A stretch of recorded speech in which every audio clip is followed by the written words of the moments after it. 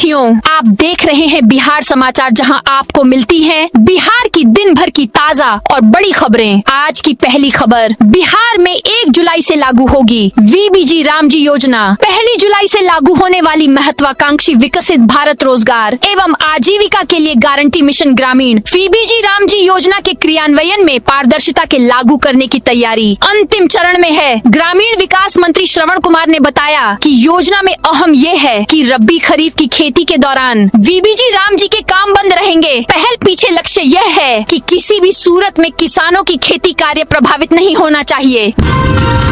बिहार में टीचरों के ट्रांसफर का नया नियम लागू। बिहार सरकार ने सरकारी स्कूलों के शिक्षकों के तबादले की नई नियमावली लागू कर दी है। अब शिक्षकों का स्थानांतरण पूरी तरह ऑनलाइन, पारदर्शी और तय नियमों के अनुसार होगा। शिक्षा विभाग ने बिहार राज्य शिक्षक स्थानांतरण नियमावली 2026 की अधिसूचना जारी कर दी है। नई व्यवस्था प्राथमिक से लेकर उच्च माध्यमिक विद्यालयों के नियमित शिक्षकों, प्रधान शिक्षकों और प्रधानाध्यापकों पर लागू होगी। गया सेंट्रल जेल के डिप्टी सुपरिटेंडेंट सस्पेंड अपराधियों से सांठगांठ। बिहार के गया जी से एक अहम खबर सामने आ रही है। गया सेंट्रल जेल के डिप्टी सुपरिटेंडेंट को सस्पेंड कर दिया गया है। गृह विभाग की ओर से उनके निलंबन का आधिकारिक आदेश जारी किया गया है। मिली जानकारी अनुसार गया जी सेंट्रल जेल के डिप्टी सुपरिटेंडेंट सुदर्शन प्रसाद सिंह को अपराधियों से सांठगांठ और ड्यूटी में भारी लापरवाही के आरोप में सस्पेंड कर दिया गया है। अब ट्रेन की तरह बसों की भी मिलेगी लाइव लोकेशन। बिहार के बसों में अब लोगों को हाईटेक सुविधा मिलने वाली है। बिहार राज्य पथ परिवहन निगम बीएसआरटीसी की तरफ से यह सुविधा शुरू होने वाली है, जिससे लोगों को घंटों बस स्टॉप पर खड़े होकर बस के आने का इंतजार नहीं करना पड़ेगा। अब ट्रेन की तरह फोन पर सरकारी बस का लाइव लोकेशन ट्रैक कर सकते हैं। साथ ही बस से जुड़ी सभी जानकारी आपको फोन पर ही मिल जाएगी। भारतीय रेलवे 1 जुलाई से नियम तोड़ने वालों के खिलाफ सख्ती बढ़ाएगा। बिना टिकट यात्रा करने पर न्यूनतम जुर्माना 250 से बढ़ाकर 500 रुपए कर दिया जाएगा। महिलाओं के लिए आरक्षित कोच में सफर करने वाले पुरुष यात्रियों पर 2500 तक का जुर्माना लगाया जा सकता है। दूसरे व्यक्ति के टिकट पर यात्रा, जनरल टिकट लेकर स्लीपर कोच में सफर, बिना अनुमति सामान बेचने, ट्रेन में हंगामा करने, नशे की हालत में यात्रा करने और रेलवे परिसर में नियम तोड़ने पर भी पहले से ज्यादा जुर्माना देना पड़ सकता है। देव स्नान पूर्णिमा प्रभु जगन्नाथ 108 घड़ों के पानी से नहाएंगे। पटना में 16 जुलाई को रथ यात्रा निकाली जाएगी। उससे पहले 29 जून को देव स्नान पूर्णिमा है। पटना इस्कॉन में इसे लेकर तैयारियां की जा रही है। देव स्नान पूर्णिमा के दिन भगवान जगन्नाथ, भाई बलभद्र और बहन सुभद्रा का गंगा जल के 108 घड़ों से महास्नान कराया जाएगा। सनातन संस्कृति और पुरी की परंपरा के अनुसार इस रथ यात्रा महाउत्सव की शुरुआत स्नान पूर्णिमा से होती है। भरत तिवारी एनकाउंटर में पुलिस का यू टर्न, एफआईआर से पिता भाई का नाम हटाया। भरत तिवारी एनकाउंटर मामले में पुलिस ने भाई चंदन तिवारी और पिता काशीनाथ तिवारी के खिलाफ केस दर्ज किया था, लेकिन गुरुवार को पुलिस ने दोनों का नाम एफआईआर से हटा दिया है। पुलिस ने उन्हें हथियार रखने और भरत तिवारी को संरक्षण देने का आरोप लगाते हुए धारा आर्म्स एक्ट के तहत केस दर्ज किया था। मोकामा के गैंगस्टर सोनू मोनू के घर रेड, पिता को पुलिस ने किया गिरफ्तार। सोनू मोनू गैंग के घर एक बार फिर पुलिस ने दबिश दी। दोनों मोकामा के पंचमहला थाने के नौरंगा गांव के रहने वाले हैं। बाढ़ एसडीपीओ रामकृष्णा के नेतृत्व में पुलिस टीम छापेमारी के लिए पहुंची। इसके बाद सोनू मोनू के पिता और अधिवक्ता प्रमोद सिंह को गिरफ्तार कर लिया गया। पुलिस अब उनसे पूछताछ करने में जुटी है। खान सर की कोचिंग में लगी आग, बिल्डिंग से बाहर निकाले गए स्टूडेंट। पटना के मुसल्लहपुर स्थित खान सर के कोचिंग खान ग्लोबल स्टडीज में आग लगने की खबर है। जानकारी के अनुसार आग लगने के बाद कोचिंग में मौजूद छात्रों और कर्मचारियों को सुरक्षित बाहर निकाल लिया गया। प्रत्यक्षदर्शियों के अनुसार आग लगते ही परिसर में धुआं फैलने लगा, जिससे कुछ देर के लिए अफरा तफरी का माहौल बन गया। हालांकि कोचिंग प्रबंधन और छात्रों की तत्परता से आग पर जल्द ही काबू पा लिया गया। भगवा से हरा हुआ राबड़ी देवी का नया सरकारी आवास। पूर्व मुख्यमंत्री और बिहार विधान परिषद में नेता प्रतिपक्ष राबड़ी देवी के नए सरकारी आवास का काम तेजी से पूरा कराया जा रहा है। 39 हार्डिंग रोड स्थित आवास में इन दिनों तेजी से पेंटिंग का काम चल रहा है। राबड़ी देवी के नए आवास का रंग लालू परिवार की शिफ्टिंग से पहले पूरी तरह बदल दिया गया है। पहले भगवा रंग में नजर आने वाला यह बंगला अब हरे रंग में रंगा दिखाई दे रहा है। बिहार के शहरों के विकास के लिए केंद्र का बड़ा ऐलान। बिहार सरकार ने अर्बन चैलेंज फंड मिशन को मंजूरी दे दी है, जिसके तहत राज्य को 2,900 करोड़ मिलेंगे। परियोजनाओं की 50% राशि केंद्र राज्य देंगे और बाकी 50% नगर निकायों को खुद जुटानी होगी। शहरों को सुंदर, आधुनिक और आर्थिक रूप से मजबूत बनाने के लिए राज्य सरकार ने एक बड़ा फैसला लिया है। सरकार ने केंद्र सरकार के urban challenge fund UCF mission में भागीदारी को अपनी आधिकारिक मंजूरी दे दी है।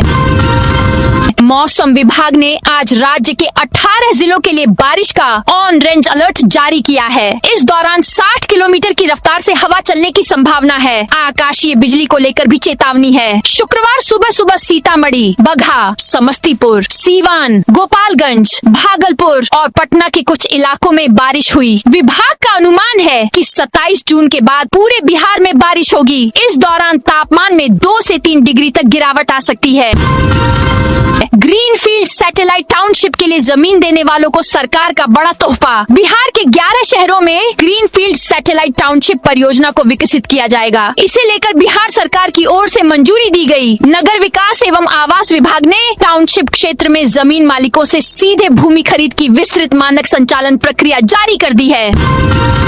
पटना से सीतामढ़ी तक बिहार के इन जिलों में फर्स्ट फेज में खुलेंगे हाईटेक नंदघर। बिहार में बच्चों के पोषण, शुरुआती शिक्षा और महिला सशक्तिकरण को लेकर एक बड़ी पहल होने जा रही है। वेदांता ग्रुप के चेयरमैन अनिल अग्रवाल बिहार के 1000 आंगनबाड़ी केंद्रों को आधुनिक नंद घर के रूप में विकसित करेंगे। इस योजना के तहत पहले चरण में पटना, गया, पूर्णिया, सीतामढ़ी, जमुई और शेखपुरा समेत राज्य के अधिकतर जिलों से 5 से 10 आंगनबाड़ी केंद्रों को चयनित किया जाएगा।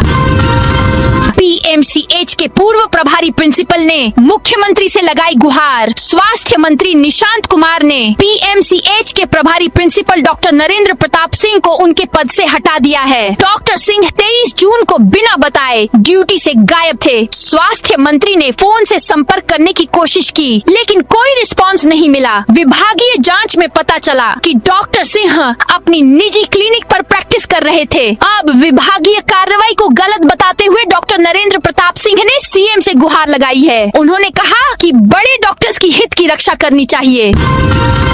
बिहार में चीनी मिल खोलने वालों को 1 रुपए के टोकन पर मिलेगी जमीन। बिहार सरकार ने नई चीनी मिलों की स्थापना के लिए 1 रुपए की टोकन राशि पर भूमि देने और कई प्रोत्साहन प्रदान करने की घोषणा की है। इस नीति में 100 करोड़ रुपए तक का अनुदान, ऐसा GST प्रतिपूर्ति और इथेनॉल उत्पादन को बढ़ावा देने के प्रावधान शामिल हैं। एनकाउंटर के 8 दिन बाद भरत के घर क्यों पहुंचे SP राज? मैं अपनी बात कहने नहीं बल्कि आप लोगों की बात सुनने आया हूं। मैं आप लोगों को विश्वास दिलाता हूं, आप लोगों का जो भी बयान है सभी पॉइंट पर जांच की जाएगी। जो भी इस मामले में दोषी पाया जाएगा उसके खिलाफ कानूनी कार्रवाई की जाएगी। भरत तिवारी एनकाउंटर के 8 दिन बाद उनके माता पिता, भाई भाभी से बातचीत में भोजपुर SP राज ने ये बातें कही हैं। दरअसल 17 जून को एनकाउंटर के बाद से भोजपुर SP न तो घटना स्थल पर गए थे, न ही भरत के माता पिता से मुलाकात कर घटना की जानकारी ली थी। भागलपुर में कुत्तों की बढ़ती संख्या पर लगेगी लगाम। शहर में आवारा कुत्तों की नसबंदी होगी, उनका टीकाकरण भी किया जाएगा। इसके लिए वार्ड नंबर 2 में animal birth control ABC centre बनाया जाएगा। नगर निगम ने 1.36 करोड़ रुपए की योजना की निविदा जारी कर दी है। परियोजना पूरी होने पर आवारा कुत्तों की बढ़ती संख्या पर नियंत्रण, रेबीज की रोकथाम और पशुओं के वैज्ञानिक प्रबंधन में मदद मिलेगी। सुप्रीम कोर्ट के निर्देश के तहत आवारा कुत्तों के प्रबंधन की जिम्मेदारी नगर निगम की है। पटना कोटा एक्सप्रेस को मिला नया स्टॉपेज, रेल यात्रियों को बड़ी राहत। पटना कोटा एक्सप्रेस को जौनपुर सिटी स्टेशन पर प्रायोगिक ठहराव मिला है, जिससे यात्रियों को सुविधा होगी। इसके साथ ही 5 जोड़ी स्पेशल ट्रेनों की अवधि बढ़ाई गई है और अहमदाबाद पटना स्पेशल का एक अतिरिक्त फेरा भी चलेगा। बिहार में कोयला गैसीकरण से खुलेगा रोजगार का नया द्वार। कोयला गैसीकरण से संबंधित परियोजनाओं के माध्यम से बिहार में 8,000 से 12,000 करोड़ के निवेश की संभावना है। यह आकलन केंद्र सरकार का है। पिछले दिनों मुख्यमंत्री सम्राट चौधरी से मिलकर केंद्रीय कोयला व खान राज्य मंत्री सतीश चंद्र दुबे इस संदर्भ में विचार विमर्श भी कर चुके हैं। आकलन है कि इस परियोजना के क्रियान्वयन से बिहार में 2,500 लोगों को प्रत्यक्ष अप्रत्यक्ष रूप से रोजगार मिलेगा। कमर्शियल एलपीजी पर केंद्र का बड़ा फैसला, छोटे कारोबारियों के खिले चेहरे। केंद्र सरकार द्वारा कमर्शियल एलपीजी गैस सिलेंडर पर लगाए गए पूर्व के सभी प्रतिबंध हटाने के फैसले का सकारात्मक असर होटल, रेस्तरां, मिठाई दुकानों, कैटरिंग व्यवसाय और छोटे उद्यमों पर पड़ने की उम्मीद है। पहले प्रतिबंध रहने के कारण बड़े रेस्तरां एवं होटल कई वैकल्पिक साधनों का उपयोग कर रहे थे, अब उन्हें राहत मिलेगी। मुजफ्फरपुर को बड़ी सौगात, 2 जुलाई से शुरू होगा एयरपोर्ट का काम। उत्तर बिहार के लिए हवाई संपर्क के क्षेत्र में एक बड़ी पहल के तहत मुजफ्फरपुर के पताही एयरपोर्ट को कोट बी एयरपोर्ट के रूप में विकसित करने की प्रक्रिया तेज हो गई है। 4-3 करोड़ 13 लाख रुपए की लागत से बनने वाले इस एयरपोर्ट के आधुनिकीकरण एवं विकास के प्रथम चरण के लिए 23 करोड़ 47 लाख रुपए की लागत से टर्मिनल भवन, एयर ट्रैफिक कंट्रोल भवन, फायर स्टेशन भवन सहित अन्य आवश्यक आधारभूत संरचनाओं का निर्माण कराया जाएगा। पटना में ट्रैफिक का नया फॉर्मूला, 3 जोन में बंटेगा शहर। पटना शहरी क्षेत्र में ऑटो रिक्शा और ई रिक्शा के परिचालन को नियंत्रित एवं व्यवस्थित करने की दिशा में प्रशासन ने बड़ा कदम उठाया है। पटना प्रमंडल के आयुक्त मयंक वरवड़े की अध्यक्षता में गुरुवार को आयुक्त कार्यालय के सभा कक्ष में आयोजित बैठक में शहर को 3 जोन में विभाजित कर वाहनों के संचालन तथा परमिट निर्गमन की नई व्यवस्था लागू करने पर सहमति बनी। बिहार के शहरों की बदलेगी तस्वीर, अर्बन चैलेंज फंड को बिहार सरकार की हरी झंडी। बिहार के शहरी क्षेत्रों में आधारभूत संरचना के विकास, राजस्व सृजन और रोजगार के नए अवसर पैदा करने के उद्देश्य से सरकार ने urban challenge fund UCF mission में भागीदारी को मंजूरी दे दी है। इसके तहत आवासन और शहरी कार्य मंत्रालय, भारत सरकार तथा संबंधित नगर निकायों के साथ समझौता होगा। इससे बिहार के शहरों में आर्थिक रूप से टिकाऊ और आय सृजित करने वाली परियोजनाओं के विकास का रास्ता आसान होगा। मोकामा में बनेगा भव्य तिरुपति बालाजी मंदिर, बिहार सरकार ने दी जमीन को मंजूरी। बिहार सरकार ने पटना जिले के मोकामा शहर को धार्मिक और पर्यटन के बड़े केंद्र के रूप में विकसित करने की दिशा में महत्वपूर्ण फैसला लिया है। सरकार ने प्रस्ताव स्वीकृत किया है कि मोकामा खास मौजा की 10.11 एकड़ जमीन को 99 वर्षों के लिए तिरुमला तिरुपति देवस्थानम टीटीडी तिरुपति आंध्र प्रदेश को मात्र 1 रुपए के टोकन मूल्य पर लीज पर दिया जाएगा, जिस पर मंदिर का निर्माण होगा। तीसरी बार कटाव निरोधी कार्य पूरा करने की तिथि बढ़ाए जाने से ग्रामीणों में असंतोष। बिहार सरकार के जल संसाधन विभाग द्वारा बाढ़ और भीषण कटाव से सुरक्षा के लिए नवगछिया अनुमंडल के विभिन्न प्रखंडों में भारी भरकम राशि से कटाव निरोधी कार्य करवाए जा रहे हैं। इनमें सबसे संवेदनशील माना जाने वाला इस्माइलपुर बिंद टोली तटबंध और रंगरा चौक प्रखंड का ज्ञानीदास टोला कटाव स्थल मुख्य है। हालांकि इन अति संवेदनशील क्षेत्रों में चल रहे निर्माण कार्यों की समय सीमा डेडलाइन तीसरी बार बढ़ाए जाने से स्थानीय ग्रामीणों में भारी असंतोष और आक्रोश है। मानसून की दस्तक के साथ ही तटवर्ती गांवों के लोग अब बाढ़ की विभीषिका की आशंका से दहशत में जी रहे हैं। बिहार सिपाही बहाली परीक्षा में 15 पर केस दर्ज। धांधली के खेल में अब ईओयू का बड़ा एक्शन। बिहार में सिपाही बहाली परीक्षा के दौरान हुए बड़े फर्जीवाड़े के मामले को राज्य सरकार ने बेहद गंभीरता से लिया है। केंद्रीय चयन पर्षद सिपाही भर्ती की इस परीक्षा में हुई धांधली की कमान अब आर्थिक अपराध इकाई ईओयू को सौंप दी गई है। रिपोर्ट के अनुसार राज्य सरकार के कड़े निर्देश के बाद ईओयू ने नवादा के सदर थाने में दर्ज केस संख्या को पूरी तरह अपने हाथ में लेते हुए मामले की जांच शुरू कर दी है। रोशन आनंद के भाई और स्टाफ को मिली जमानत। खान ग्लोबल स्टडीज के गार्ड से मारपीट के मामले में ज्ञान बिंदु कोचिंग के निदेशक रोशन आनंद के भाई अभिषेक कुमार और कर्मचारी गौरव की नियमित जमानत याचिका पर जिला एवं अपर सत्र न्यायाधीश 33 गौरव सिंह की अदालत ने सुनवाई की। दोनों पक्षों को सुनने के बाद अदालत ने दोनों आरोपियों को जमानत पर मुक्त करने का आदेश दिया। 16 साल बाद पटना एयरपोर्ट से हज ऑपरेशन होगा। बिहार के हज यात्रियों के लिए अच्छी खबर है। हज 2027 में पटना एयरपोर्ट से भी हज ऑपरेशन होगा। पटना पहली बार ऐसा एम्बार्केशन पॉइंट बनेगा जहां से यात्री सीधे जेद्दाह या मदीना जाएंगे। पटना से यह हवाई सफर करीब 7 घंटे का होगा। पटना एयरपोर्ट से 2011 तक हज ऑपरेशन होता था, लेकिन यात्री सीधे सऊदी अरब नहीं जाते थे, उन्हें कोलकाता जाकर दूसरी फ्लाइट पकड़नी पड़ती थी। अब यह व्यवस्था खत्म होगी। हज पर खर्च का ऐलान अभी नहीं हुआ है। 5 साल सेवा के बाद शिक्षकों का तबादला होगा। राज्य के सरकारी स्कूलों में शिक्षकों के ट्रांसफर पोस्टिंग से संबंधित बिहार राज्य शिक्षक स्थानांतरण नियमावली 2026 की अधिसूचना जारी हुई है। गजट में आने के बाद से यह लागू हो गई है। इसके मुताबिक प्राथमिक से उच्च माध्यमिक स्तर तक नियमित शिक्षक, प्रधान शिक्षक और प्रधानाध्यापकों का तबादला पोर्टल आधारित होगी। सामान्य हालात में 5 साल की सेवा के बाद तबादला किया जाएगा। इसके लिए मार्च में आवेदन और जून तक तबादला प्रक्रिया पूरी की जाएगी। यह ट्रांसफर रिक्ति शिक्षक छात्र अनुपात विषयवार आवश्यकता के आधार पर होगा। बिहार बन रहा फिल्म मेकर्स की पहली पसंद। 2 साल में 51 फिल्मों को मिली शूटिंग की मंजूरी। बिहार में फिल्म उद्योग तेजी से आगे बढ़ रहा है। बिहार राज्य फिल्म विकास एवं वित्त निगम ने वर्ष 2024 से 25 और 2025 से 26 के दौरान राज्य में 51 फिल्मों और डॉक्यूमेंट्री की शूटिंग की अनुमति दी है। इससे राज्य में फिल्म निर्माण के प्रति बढ़ते भरोसे का संकेत मिल रहा है। NH 80 के दोनों किनारों से हटेगा अतिक्रमण। मापी शुरू। राष्ट्रीय राजमार्ग 80 को अतिक्रमण मुक्त कराने की दिशा में प्रशासन ने कार्रवाई तेज कर दी है। बढ़ैया से मैदानी चौकी तक सड़क के दोनों किनारों की मापी का कार्य शुरू हो गया है। NH 80 विभाग की अलग अलग टीमें सड़क के बीच से दोनों ओर निर्धारित दूरी की पैमाइश कर रही हैं। कहीं 11 मीटर तो कहीं 14 मीटर तक अतिक्रमण चिन्हित किया जा रहा है। विभागीय नोटिस मिलने के बाद कई लोगों ने अपने मकान और दुकानों के आगे किए गए अतिक्रमण को स्वयं हटाना शुरू कर दिया है।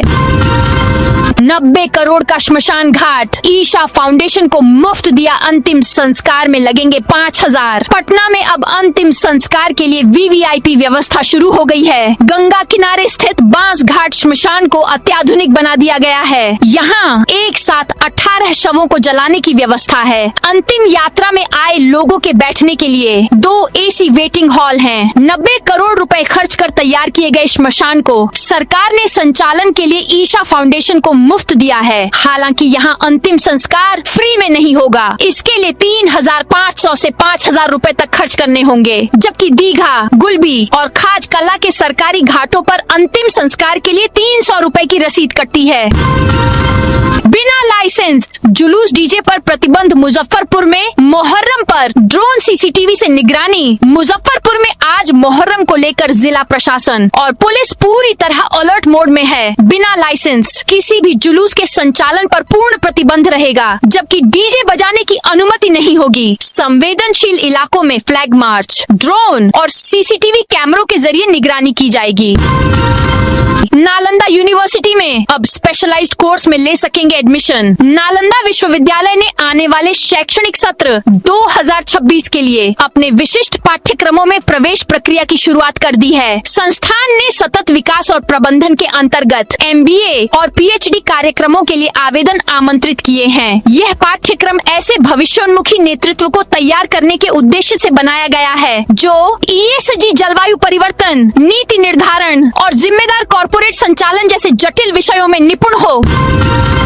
दरभंगा में मुहर्रम को लेकर प्रशासन अलर्ट। ड्रोन और CCTV से होगी निगरानी। दरभंगा में मुहर्रम पर्व को शांतिपूर्ण, सौहार्दपूर्ण और विधि व्यवस्था के अनुरूप संपन्न कराने के उद्देश्य से प्रशासन अलर्ट है। गुरुवार को प्रेक्षागृह में जिलाधिकारी कौशल कुमार और वरीय पुलिस अधीक्षक जगुनाथ रेड्डी जलारेड्डी ने प्रतिनियुक्त दंडाधिकारियों और पुलिस पदाधिकारियों की संयुक्त ब्रीफिंग की।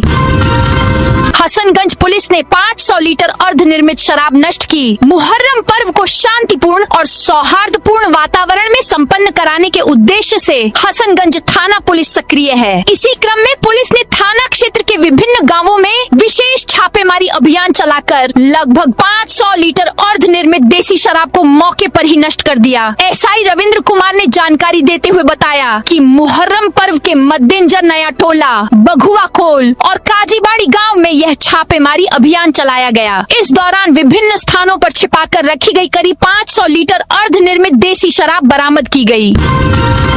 इमामगंज में हेलीकॉप्टर के आकार का ताजिया। गयाजी जिले के इमामगंज प्रखंड के जिखटिया गांव में मुहर्रम के लिए एक हेलीकॉप्टर के आकार का ताजिया बनाया गया है। यह ताजिया अपनी अनूठी बनावट और सजावट के कारण लोगों के बीच चर्चा का विषय बना हुआ है। इसे देखने के लिए आसपास के गांवों से बड़ी संख्या में लोग पहुंच रहे हैं। इस ताजिया का निर्माण गांव के हिंदू बढ़ई प्रदीप शर्मा ने किया है। पेशे से बढ़ई प्रदीप शर्मा ने कई दिनों की मेहनत से इस ताजिया को हेलीकॉप्टर का आकार दिया है। उनकी इस कारीगरी की स्थानीय स्तर पर सराहना की जा रही है। मांझा में स्वास्थ्य कर्मियों को 5 महीने से मानदेय नहीं। गोपालगंज में नियमित टीकाकरण कार्यक्रम के तहत काम करने वाले वैक्सीन कोरियर समेत अन्य स्वास्थ्य कर्मी पिछले कई महीनों से मानदेय का भुगतान न होने से परेशान हैं। मुहर्रम त्योहार के अवसर पर भी उन्हें बकाया राशि नहीं मिली, जिससे उनकी मुश्किलें बढ़ गई हैं। मांझा सामुदायिक स्वास्थ्य केंद्र में कार्यरत वैक्सीन कोरियर विकास कुमार ने शुक्रवार को बताया कि उन्हें जनवरी 2026 से मई 2026 तक 5 महीने का मानदेय बकाया है। उन्होंने यह भी बताया कि सरकार द्वारा उन्हें प्रति वैक्सीन कैरियर 110 रुपए का भुगतान ठेके पर किया जाता है, जो अक्सर समय पर नहीं मिलता।